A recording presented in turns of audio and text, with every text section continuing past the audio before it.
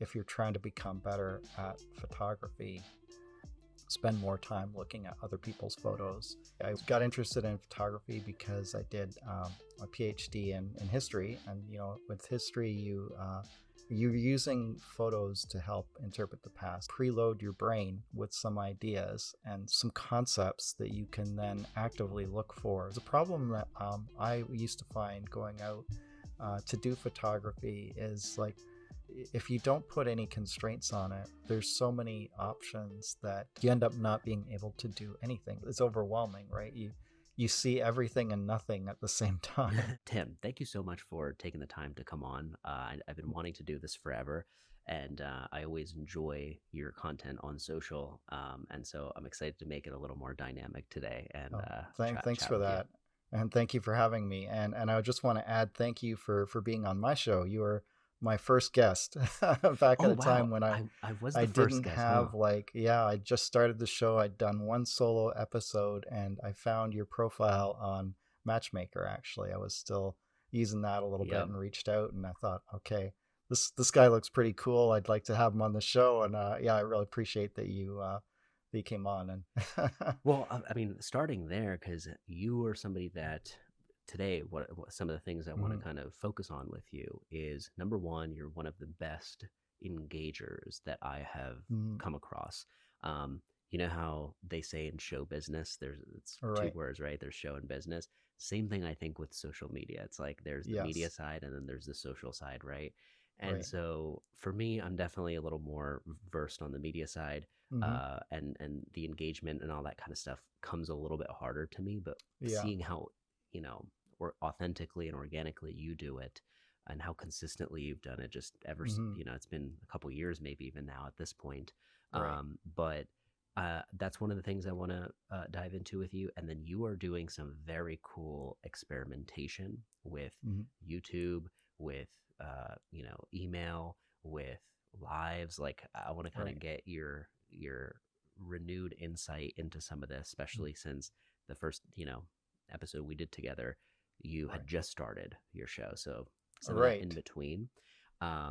So yeah, and then there's a couple other things too that I want to highlight. But before we Sounds get good. into it, if you would you mind giving us a little bit of background on you and Sure.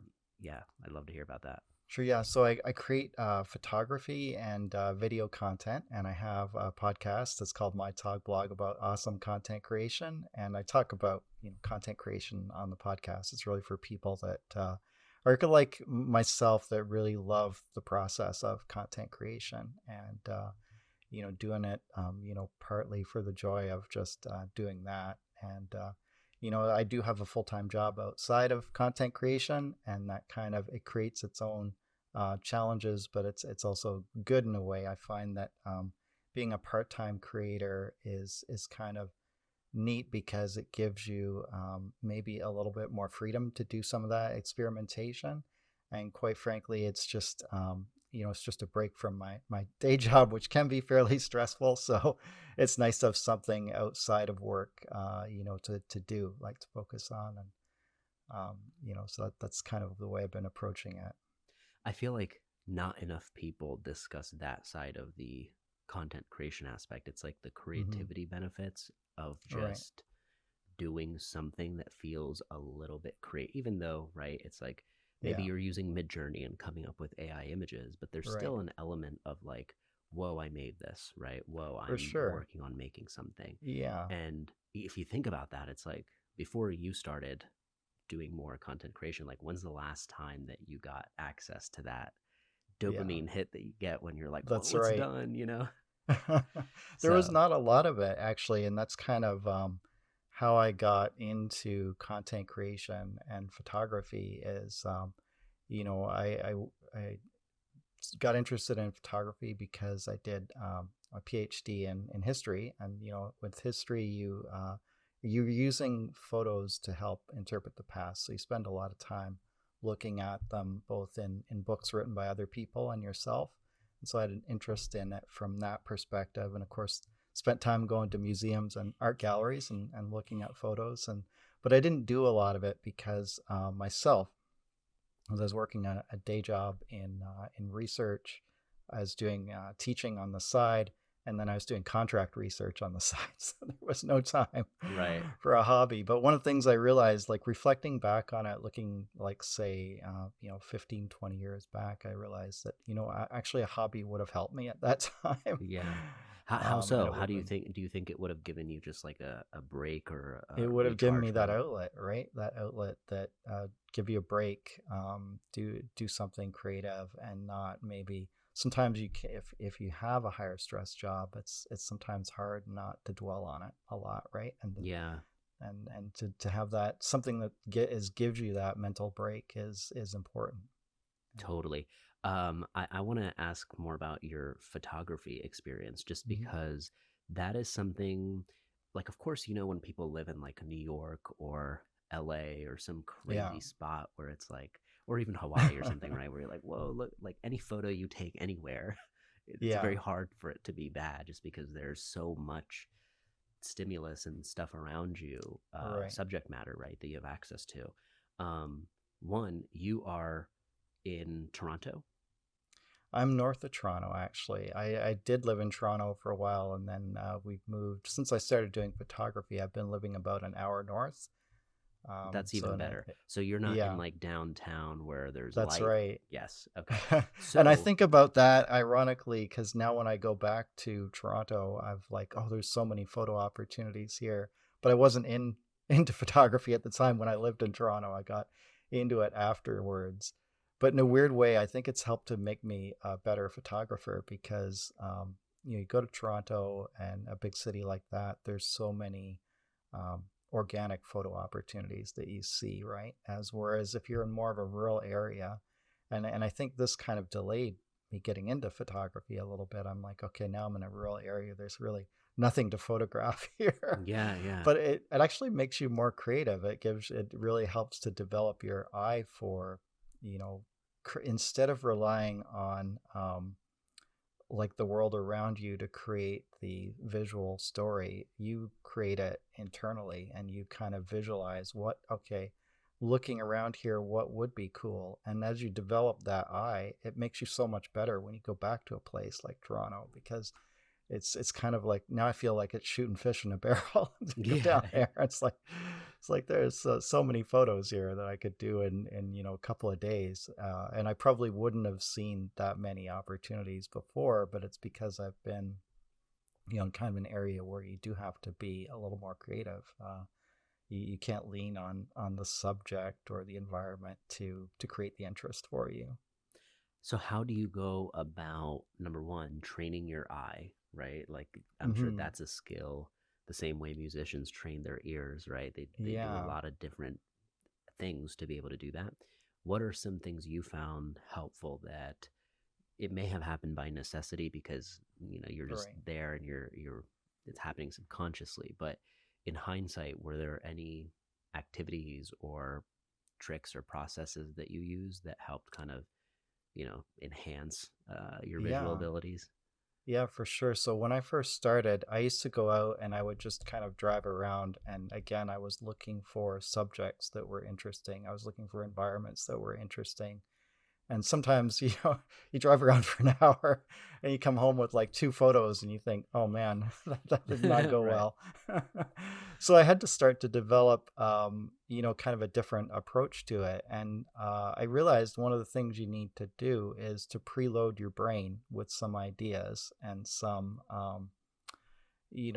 concepts that you can then actively look for. So I'd spend time looking at other people's photos, not with the idea of copying it per se, but with the idea that I'm going to get a sense of a concept. So somebody has like a tree in a field, a singular tree, and it's kind of like a minimalist approach. It's like, okay, yeah, minimalist photography, tree in a lone field. I did that one actually. I created that one in the winter, and it was like one of my most popular photos. And Hmm. wasn't a copy. It was a different tree, a different field, but same idea.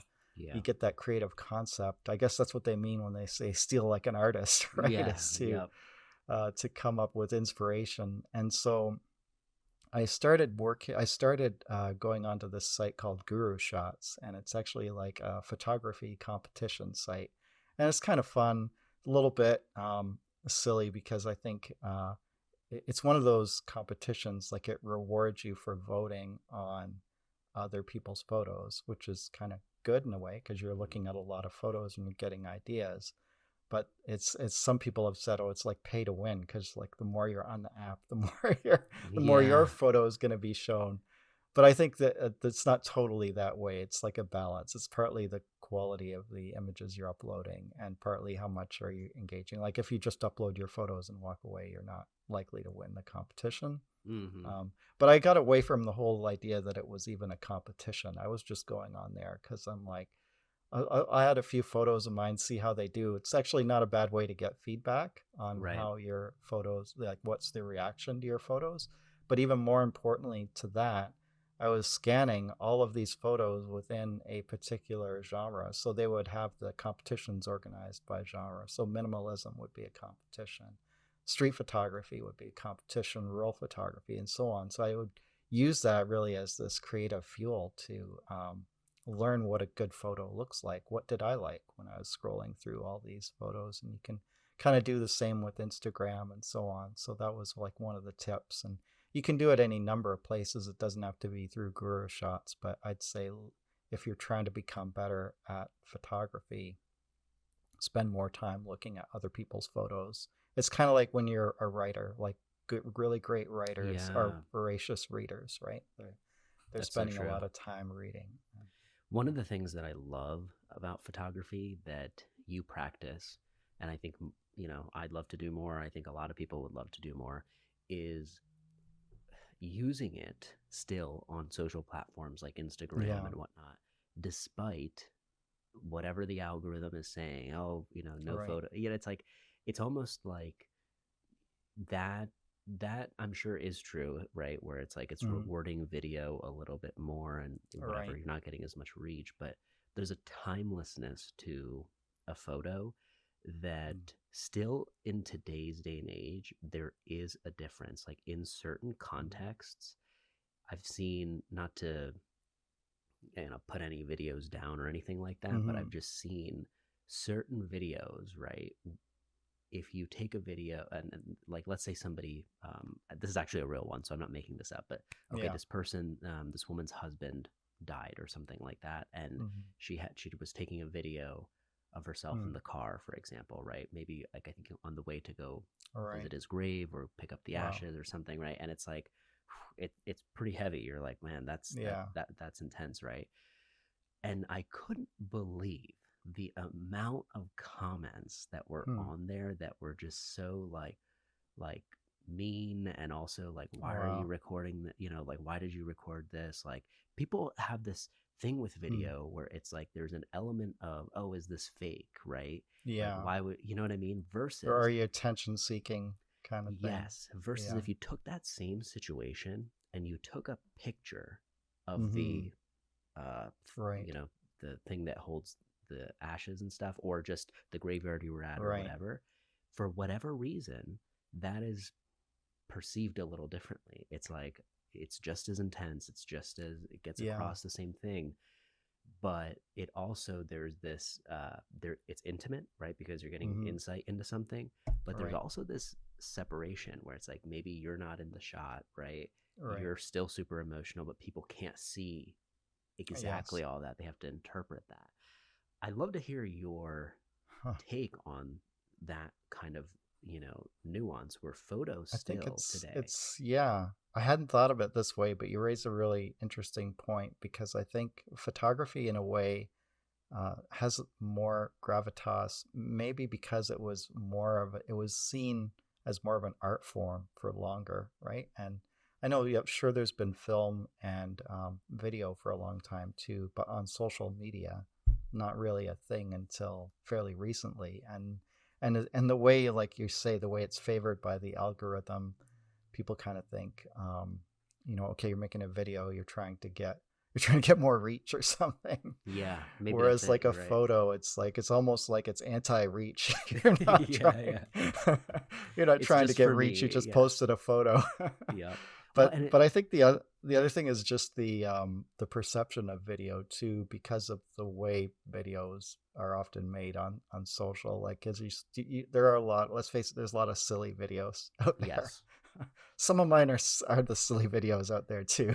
right, right. So I agree with that. But like photos, it's just seen as more serious, right? It's seen as having more, you know, it's got more heft or something Well, than not than just a that, but video. don't you think there's also this element of photos being something that's even more personal? It's like I might not publish the photo, Hmm. right? Right. Or share it, but it's like people have hundreds of photos in their camera Yeah. roll and things like that that you might periodically go back and Right. relive some of those memories.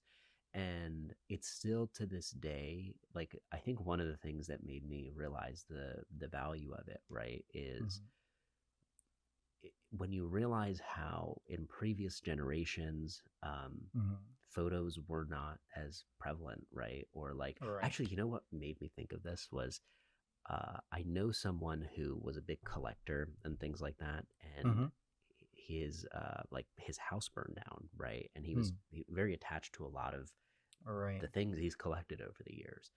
But I realized like one of the things that might be, I mean, I would think about is like photos, right? So all your Yeah. photos that you have access to, and I'm sure there's Right. more, right? Your important documents or whatever, Yeah. but it's Yeah. like the photos, there's something like even in TV shows I've seen, right? Where Right. it's like this woman, she's done with her house and she's like, I'm going to burn it Hmm. down. But before she did, she collected all the photos and Right. took it with her, right? So it shows you the significance of like the memories, right? They're The very personal, yeah. And for some of people, like things that are physical photos, they're the last kind of physical thing that we have of people yeah, that were in our lives before.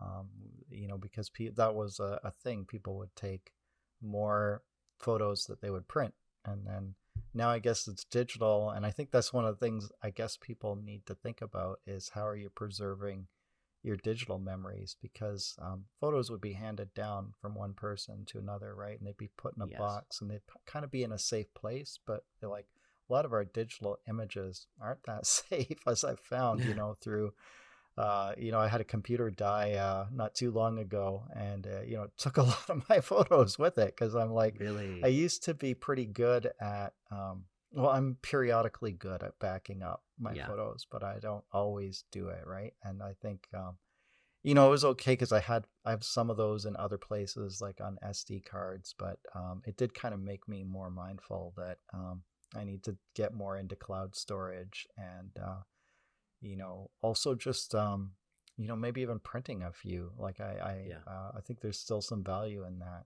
to preserve it in a different way, and being able to share it with people in a different way, people who are like in your in your everyday life, as opposed to on social media. So Don't you also think that the photos have become more dynamic over the years where it's like hmm. normally in like I don't know the 1900s or something Right.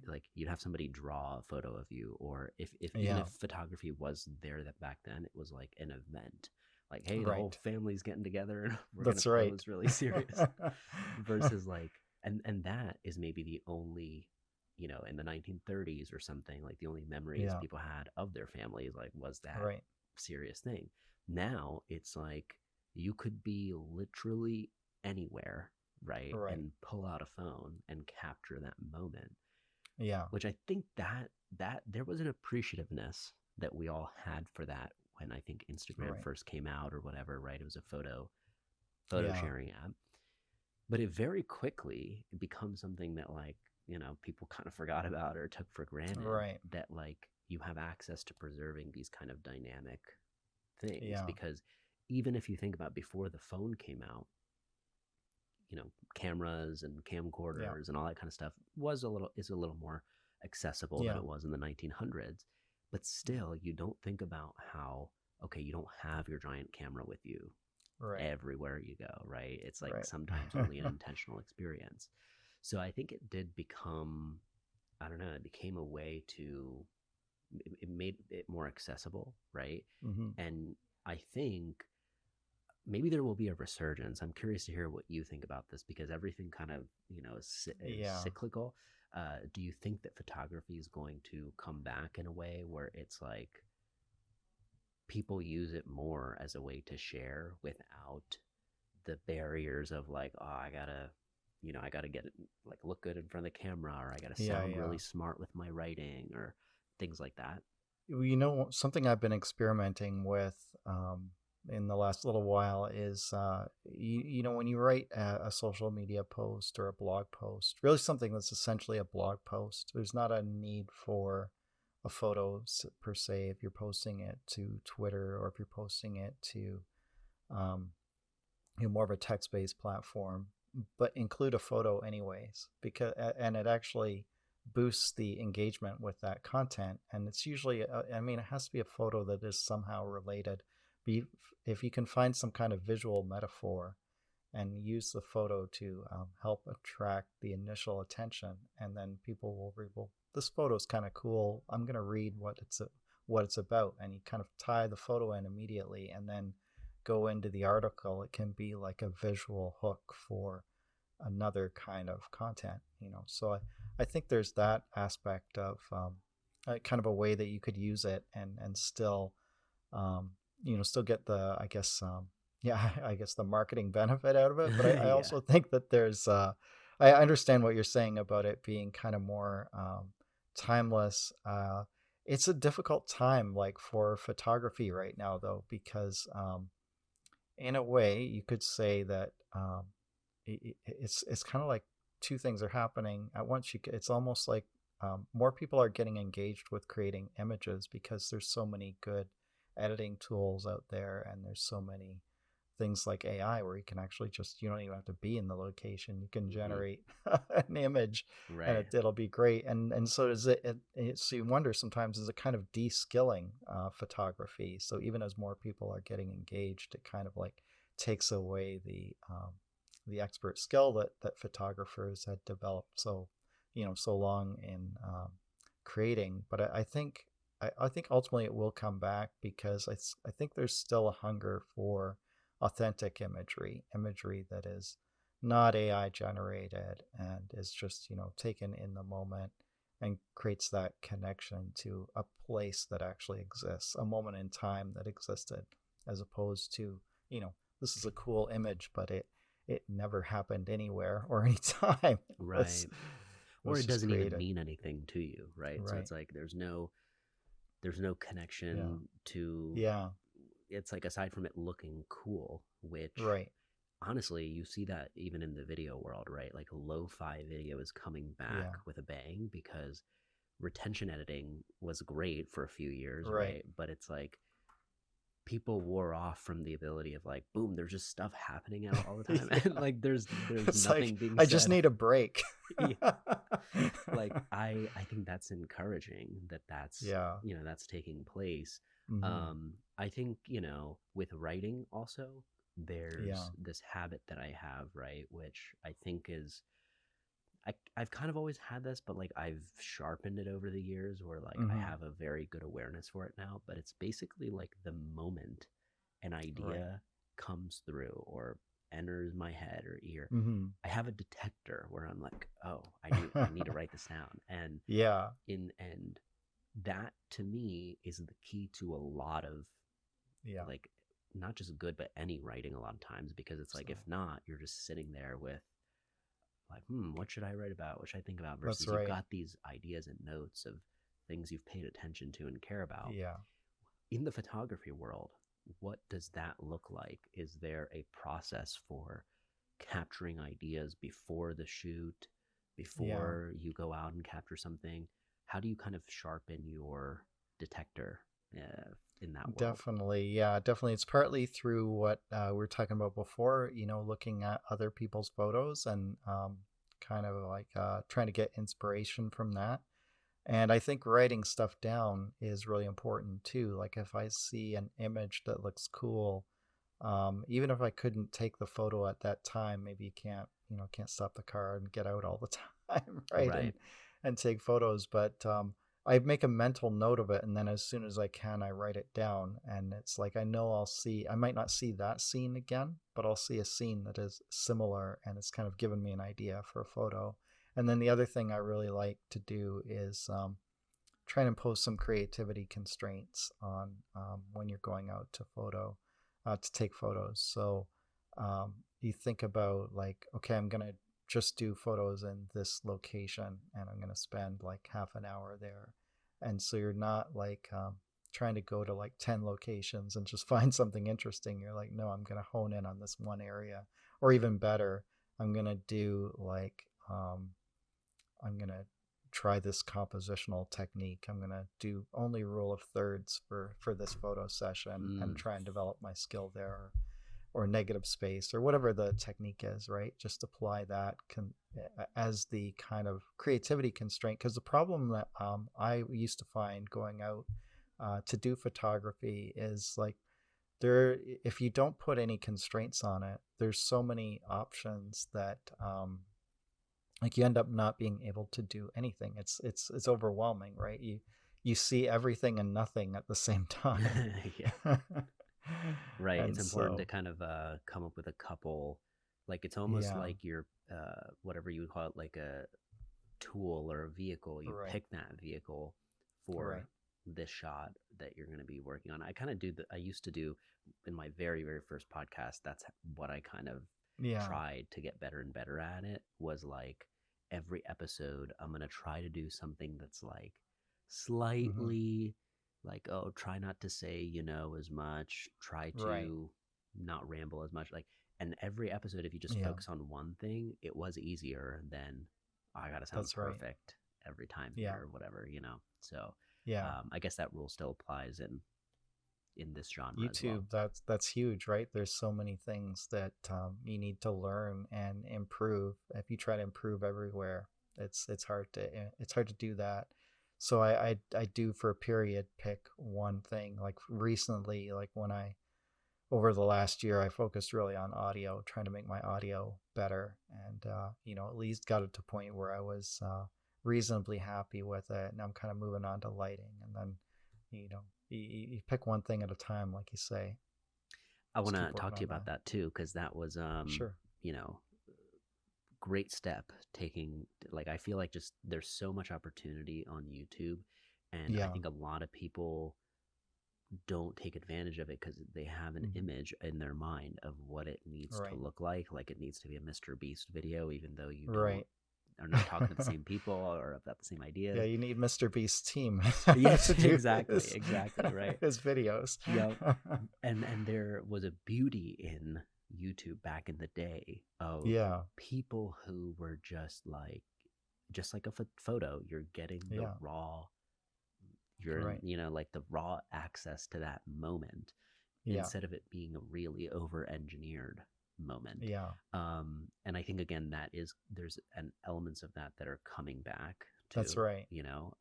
which I think is very encouraging if somebody Hmm. has felt deterred by the Right. crazy amount of variables that go into it.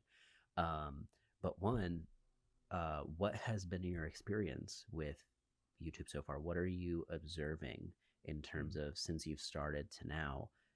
Has Mm-hmm. anything surprised you that you didn't expect? Hmm.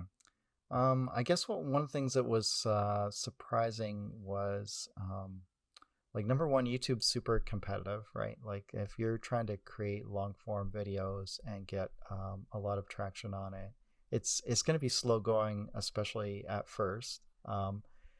And then then YouTube Shorts came along, and I think that was like a great thing for smaller channels because it was a chance for them to get discovered more. I don't really subscribe to the shorts destroyed my channel Yeah, yeah. line of reasoning. I think that that's just an opportunity to get more people to see your content, and if you can work on producing good quality shorts, I think it will bring people over to your long form videos, especially if they're on a similar topic, and the algorithm will serve them up. And I have seen, um, if they subscribe as a result of a short, they're still going to have a chance to see some of your long form videos. So So I think Which, that's been a good change on the platform that they brought that in.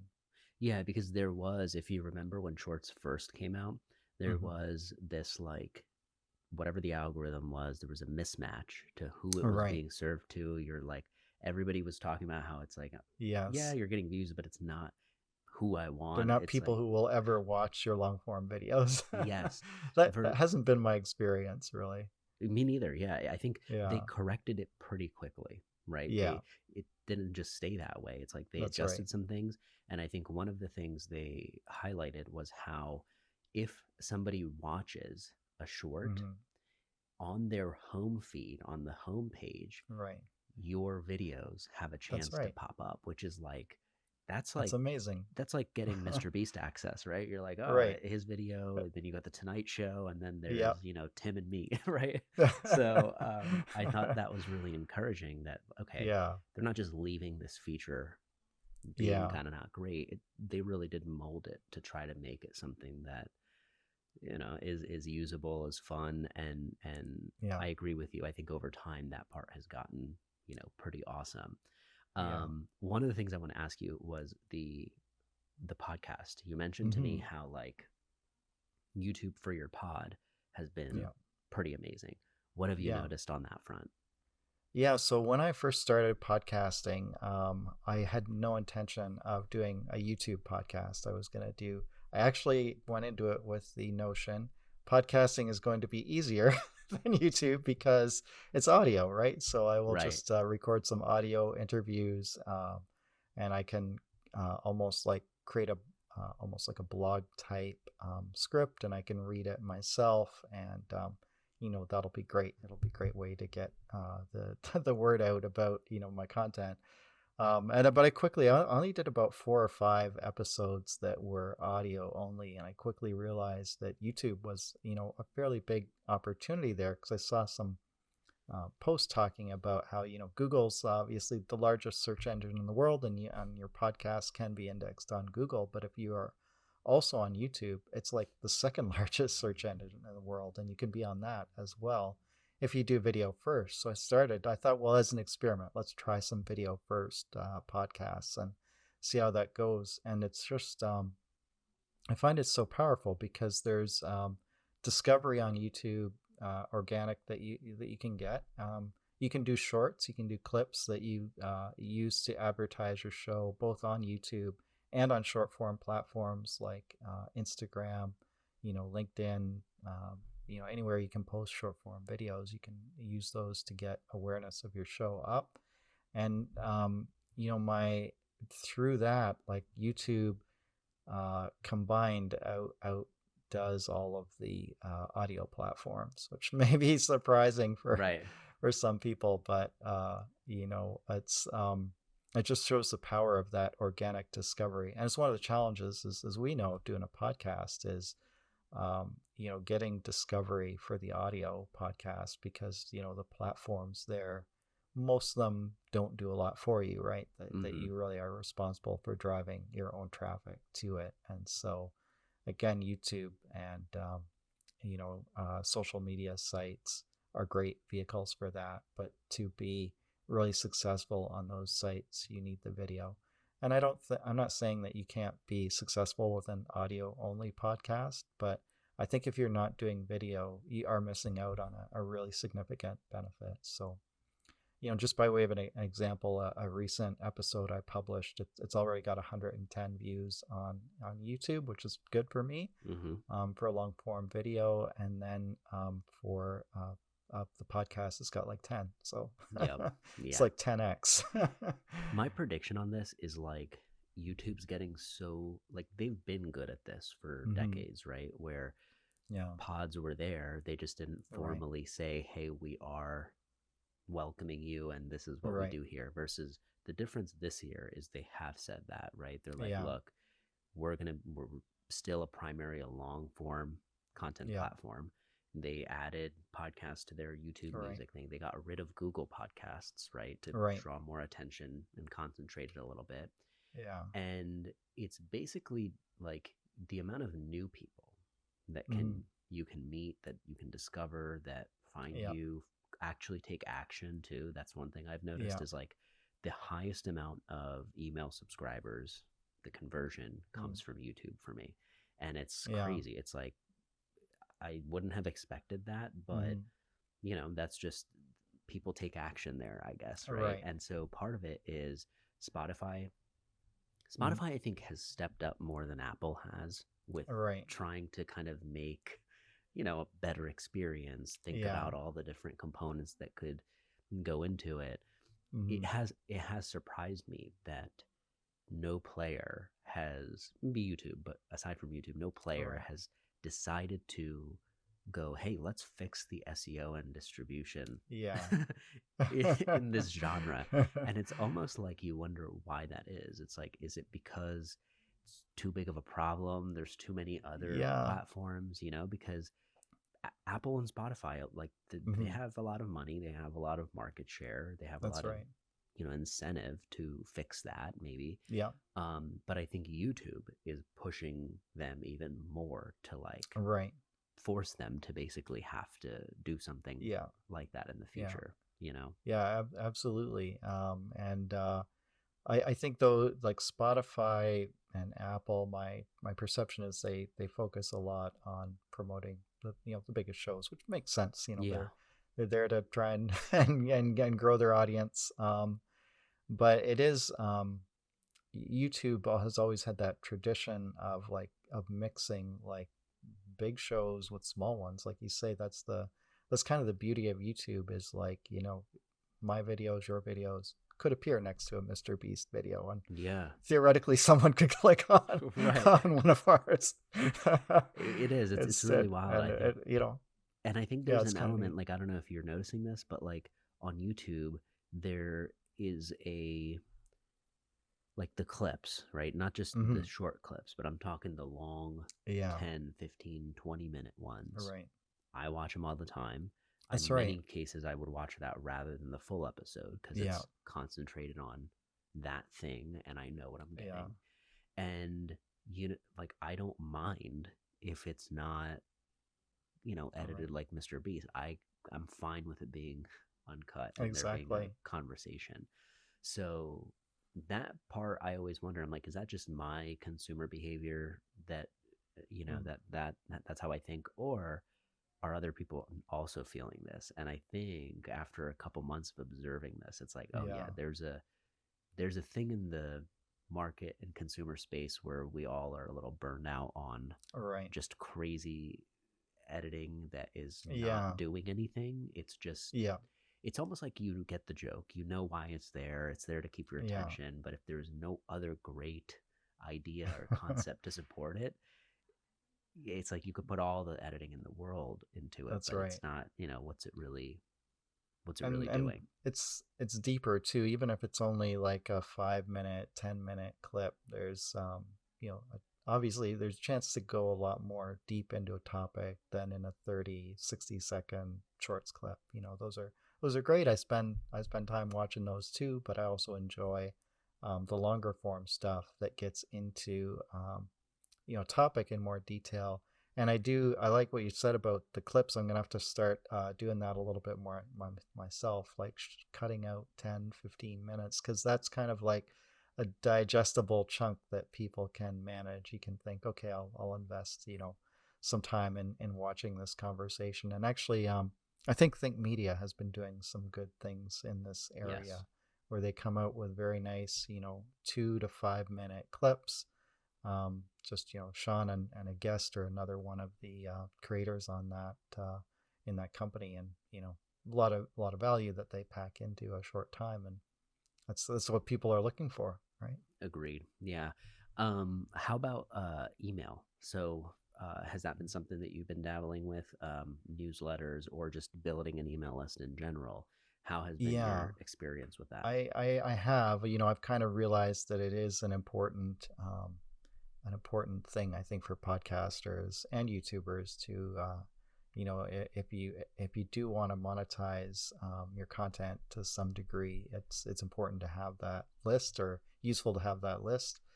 And it has to have a direct communication with your audience. Also, I think it'll help make your content better, because as you get people on the email list and people like reply to your emails, or you get to know who they are, you actually get to know your audience better, and that helps you better serve your audience. So it has that role too. And you can imagine now you have a list, even if you only build it to like 100 people, now you have 100 people that you could send a survey to, and say, hey, what do you like about the show? What do you think? What would you like to see more of? And that's so valuable, like that kind of information that you can glean from.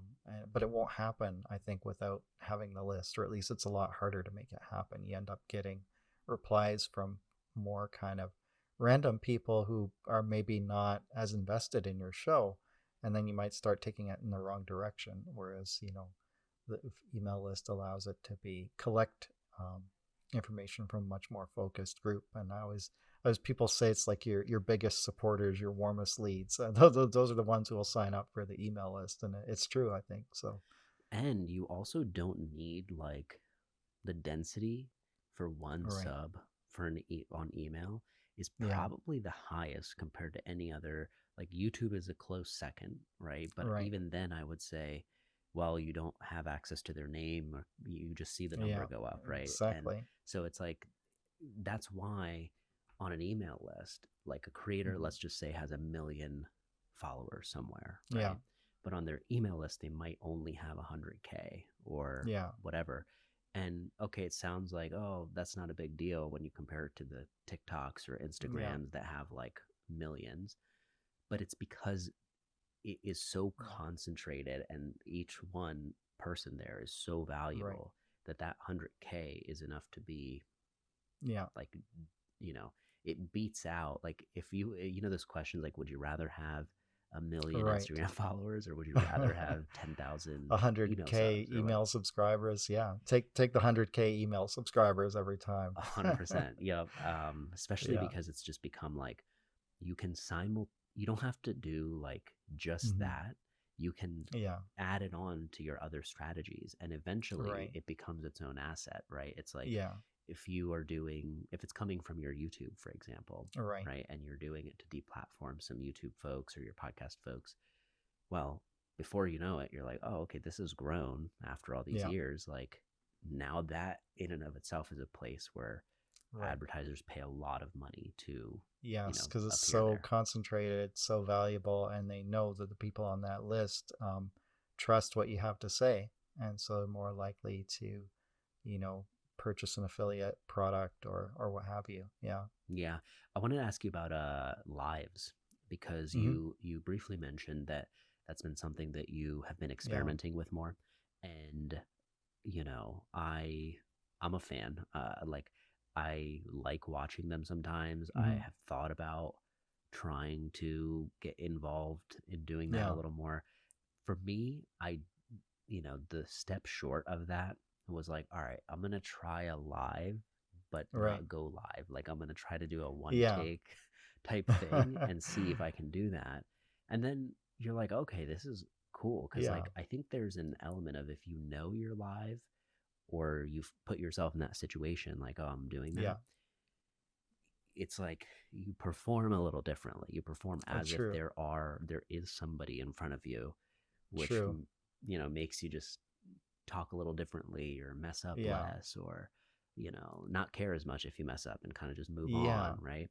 So what have you noticed from experimenting with that medium?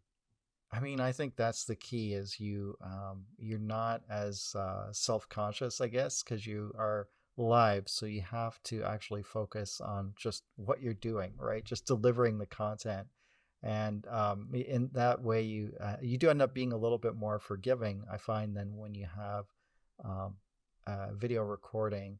And it's like something you do, and then you're like, you know what, that wasn't a good take. I'm gonna redo it. And when in Right. in reality, and it was probably fine, right? Yep. You're Yep. just being super critical of yourself, and you think, oh, I could have looked a little better saying that.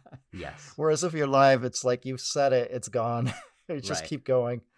And so there's that. I think people also find it more authentic, even if they weren't watching the live, they know you did it live, and they're going to walk back and watch it later, and they can tell from there are some flubs in there. There are some things that maybe you wished you would have phrased differently, but it's all kind of like it's raw, it's real, and you're providing, I think, hopefully value. And I think that's the trick, right? Is that sometimes I think creators fall into the trap of thinking like, I'm going to do a live, so therefore I don't need to prepare as much. I can Right. just go on and wing it.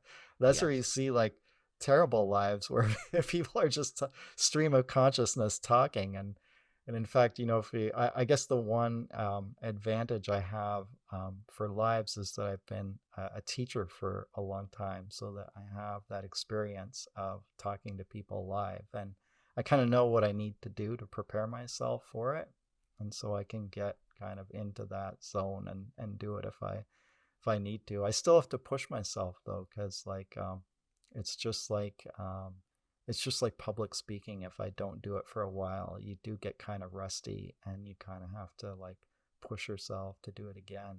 And I think lives are the same way. Like if you're doing a lot of them, you're gonna get comfortable with it, and you're gonna it's gonna be a lot easier. Whereas if you're just doing them periodically, it is harder, because it's like, oh, I'm going live. And Yeah. it's like with teaching, right? Like I was when I first started teaching, obviously when you're just starting out as a teacher, you're not as good as someone who's been doing it for 30 years. It's like Right. it's just not going to happen, right? Yeah. So like um and so I'd get very nervous, because I knew that okay, these students just had Professor so and so, and he's awesome, and now they're gonna have me. Right. And it's like, so I try and prepare, but the thing that really made me become better at it is I had this one summer where I had like 2 3 hour classes, one right after the other. It's like every week you had to go and talk for 6 hours, because this was back in the day. There wasn't as much in the way of like experiential learning where you're like engaging the students and doing stuff in class. It was more like as university teaching, and you're kind of more expectation is the professor's going to talk. Right. So you need 3 hours of content, and I just having to do it repetitively like that made me loosen up, and actually made me a better speaker, because you can't like it gets to the point where you just can't be nervous about it anymore. It's like, I got to do this again next week, and I want it to be good, so I have to I have to move past that. And Yeah. so Are yeah, are you using YouTube? Are you going live on YouTube or Instagram? What's your I, preferred? I I've done a little on all. Like I've done some Twitter Spaces. I Oh, did cool. back when they existed. Yeah. I did. I've done an Instagram, a couple of Instagram lives, and I've done about, I think, 4 YouTube lives. So just kind of getting started with it. But I think it's, yeah, it's kind of neat, because it is a chance to create content that's very, I think, very authentic, and usually has decent engagement, I think, because of that. How do you? Because one of the things when with doing a live, I don't personally get deterred by this as much. I'm kind of like, Hmm. well, it is what it is. People will eventually come, but it's like the idea of like going live. I think a lot Yeah, of people are afraid of like, oh, what if nobody shows up, or what if I get a right. troll and I have to react live to it, or whatever. Like some of those fears. How did you overcome that when you did your first few? Um, Yeah. you know, because it's I was almost lucky like to do my first few with a couple of friends, so that was kind of nice, yes, so I think that's a tip that you could do. And then, it's not all on you. You also have maybe have a co-host. Like you could do that on Twitter Spaces, and then, you both have access to all the controls. So if I'm talking and troll goes on there, the other person can deal with it, or vice versa. So there's that. And I think many times that fear is kind of overblown too. You kind of realize you've probably built it up into your mind more than what'll actually happen. Like there's if you're a small creator, there's not tons of trolls just waiting for you to come. yes, exactly. Yep. Because you probably only have like a 2 or 5 viewers anyways on your Yep. live, and they're all your closest supporters. So Yeah. it'll be like more friendly, I think, than most people imagine it will be, especially like, as I said, if you're kind of starting out and you're smaller. and it's more just you know, do it to get the experience. I think the other tip I'd add is don't announce it, right? Just go live a few times I and like that record a one. live video without, without telling everyone, hey, I'm going live at 6 o'clock on such and such time. Then you're going to fret about it and think, Yeah. Yeah. oh man, I hope this goes well. But if nobody knows, like some people might join, you might only get like 2 viewers, but that's okay because um, you practice doing the live, right? And then that I, in itself is enough. I like that. I call it, when it comes to using this strategy for podcasts or YouTube channels Mm-hmm. and stuff, it's like a quiet launch. Like do a Right. quiet launch where Yeah. because there is this pressure you'll feel when you're like Right. telling hey, I just started a YouTube channel, I just started a pod. It's like Yeah. now you're thinking extra hard about it. You're Right. worried. You're like, oh, nobody's listening. Like all these things that are kind of like if you just did 10 of them Yeah. first, if you do Yeah. 10 and then you're like, hey, go check out like my thing, I'm That's on my right. 11th one, people are like, oh, I didn't even know this was like, That's that's a right. fine reaction to have, It is takes a like, bit of discipline, but it is so worth it. And that's why, too, like, I know a lot of times you hear the recommendation, like, have a consistent publication schedule. So, like, I'm putting out a YouTube live every Friday from now to the foreseeable future. Like, I've oh learned don't yes, announce stuff like that, like yes, because it could change. You might want to have flexibility to change that, and also just if you're a part-time creator, it's very hard to maintain a specific schedule. yeah, and it Life happens, work happens, and you can't, right. unless you have a team or Mm-hmm. a content bank or something, right? I almost feel like you build a prison for yourself. You It's like do, you yeah, nobody asked you to say, "Hey, it's going to be 60 minutes. It's going to be 7 p.m. absolutely. It's going to be every week forever." Like you you kind of created that by just putting it Yeah, out there and thinking that that's what you needed. And yeah, now it's like hard, you feel locked into that yeah, because it's now live and it's in an episode or absolutely. whatever. Um, versus like, I like the other strategy, which is just kind of like keep it internal. It's like internally, Yeah, all right, I'm going to go 7 p.m. on Friday every week, yeah, but at least it's not as big of a deal like yeah, and when just you switch just it try to or be whatever. consistent within a period, and if it ends up being Saturday instead of Friday, big deal. Like nobody knows because you never told anyone, so Exactly. it's not it's Yeah. not a problem. Right. I love that. Yeah, I wanted to dive a little bit into the engagement aspect of yeah, things. So, you are, like I said, really good at this. I feel, there's, I think I said this off air. There's like show business, and people are yeah, like they're two different worlds, right? There's the show part and the right, business part. I think social media is the same way. It's like it works right, the best, obviously, when you do both. You do the media and then yeah. you also do the social part. What for you has made it, like a little easier for you to do the social aspect? Because I think you leave great comments, you're thoughtful, like you do all those Oh, things that people thanks. say you should do. And I really so, appreciate that. yeah. Yeah. Well, I guess sometimes there's that book Unfair Advantages, right? Yeah. Yeah. And I think I had a bit of an unfair advantage in there because being a teacher and then being an academic administrator, I talk to so many different people every day, and it gives you that practice. And in a weird way, though, it's been symbiotic because being on social media and practicing making comments has also improved my ability to interact with people as well. So it's like kind of been both ways. But I did have that kind of like advantage starting out. And I think if you work in customer service, or if you work in sales, or you work in any kind of occupation where you're naturally dealing with a lot of people, it actually Mm-hmm. helps give you a bit of leverage there, a bit of a head start. But anyone I think can do it, and it's a matter of like anything else, getting in there and practicing at it. So because I think I have gotten better at it over time, and trying to be like you say, like you try and think of something. What could I say that would actually add something to this conversation, or how could I engage the other person as well? How could I ask them a question about what they've published or what they've said and make it more of a conversation. I try and, when I'm doing it at my best, that's what I'm trying to focus on.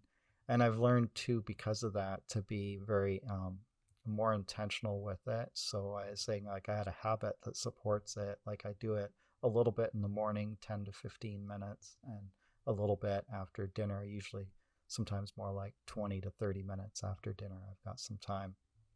And I find if you try and I used to make the mistake of thinking I need an hour of time somewhere to do social media engagement. And I found that that's actually not effective because you end up going down rabbit holes and Right. you're not intentional, whereas if it's like I got 15 minutes and I've got to focus here and I've got these strategic objectives that I want to re-engage, I want to answer all my comments on my stuff, and I want to reciprocate the comments that people made. And then I also want to find other people who might be interested, in my content and engage with them, and try and bring some traffic to my site. So it sounds very mercenary when you say it like that, but actually, it's it's kind of, it is a little bit of that, but there's also a genuineness to it too, Of if you course. if you do it with the right spirit, right? If you do it Yes. with the right approach in mind, where you actually, and I do believe that this is true, that you've heard a lot of people say it's really about building community and genuine relationships as opposed to trying to reach people at scale through comments. I can confirm that's true from having tried both. I think a lot of creators go through that phase where they're just like making tons of random comments and hoping that that kind of drives traffic, but you're not really building a relationship with those people. So therefore, they're, even if they might come back and comment once, they're not really invested in your content or or you as an individual, as a creator. So you do have to kind of focus on that relationship building aspect of it, and the more you do it, I guess the more you become more effective at it. But I think just being setting some boundaries is just very effective. The other boundary that is kind of good too is like if you go by number of comments instead of time. So it's like I'm gonna make 10 comments on the X app today. Mm, And then when you're done that, it's like you might finish that in 5 minutes or right. something, and then you're done. And then you kind of, that was a time that I was pretty effective, I think, on the X app, where I was kind of following that. There was this program. It's defunct now, but it was tracking how many comments you made and how consistently you made them. Oh, that's And cool. I think it was called Tweet Streak or something like that. And Yeah. it was just it gamified it, so it made it like and so you set your own goal. You set a goal of 10 per day, but it did make it kind of like 10 and out just day after day, right? And you could set that up yourself with a spreadsheet, or like a just a habit tracker, check the box. And I think it can be effective, because it's more about consistency than it is about volume. A lot of Yeah. people kind of make the mistake of like trying to they'll do an hour on Saturday, but then they'll disappear for the rest of the week, and Yeah. then that's not Relatable. really effective either. What has been the impact you've noticed from doing this? So you mentioned a couple cool things. I think you said one, you notice even in normal Yeah, interactions or conversations, there's this carryover in some way. yeah, Stuff like that. And also, yeah, just what are kind of some of the after, because you've been doing it for a while too, which is yeah. cool. So what did you notice, and how has that changed over time? Like when you were first starting to do this versus now? Yeah, I think just systematizing it a little bit more. In some cases, getting some tools that help to support it. So on the X app, there's a program, or for the X app, there's a program called Black Magic, and it's a Twitter engagement tool. And the reason it's good is because when you're commenting, you're not even on Twitter, you're on Black Magic, and so you don't see the feed, you don't see any distractions. It's just like a box will pop up, and that's a person's tweet. It's a person in your network that's relevant to you, and it will only bring up the ones that have made recent comments, and then it has a box right below, so you just fill in has their comment an empty box below. You fill in the empty box, hit next, and then it comes to the next one. And so you can do a lot in like 10 minutes, 15 minutes. So that kind Oh, of tools are very effective. So there is, I would say, some magic behind yeah, yeah. what I'm doing. Right. What was the name You of that know, app, by the way? You it's said, called Black Magic. got Yeah. it. And Okay. it's only it's I wish it were available for all platforms, but it's only available for the X app. But I it's a was good gonna example. say if they expanded, that would be killer because I Yeah, literally have thought about that for, years where I'm like, man, I mean, remember with the Instagram algorithm, it's like when they yeah, changed it where all of a sudden it's geared towards discovery and showing you a bunch of right. new things, you're like, wait, I haven't seen like Yeah, half the people that I actually follow. I haven't seen their stuff. It yeah, just yeah. hasn't come up. And you have to remember to go actively do To that. go to the other tab, yeah, the not just the for you, but like the following tab. Yep, yep.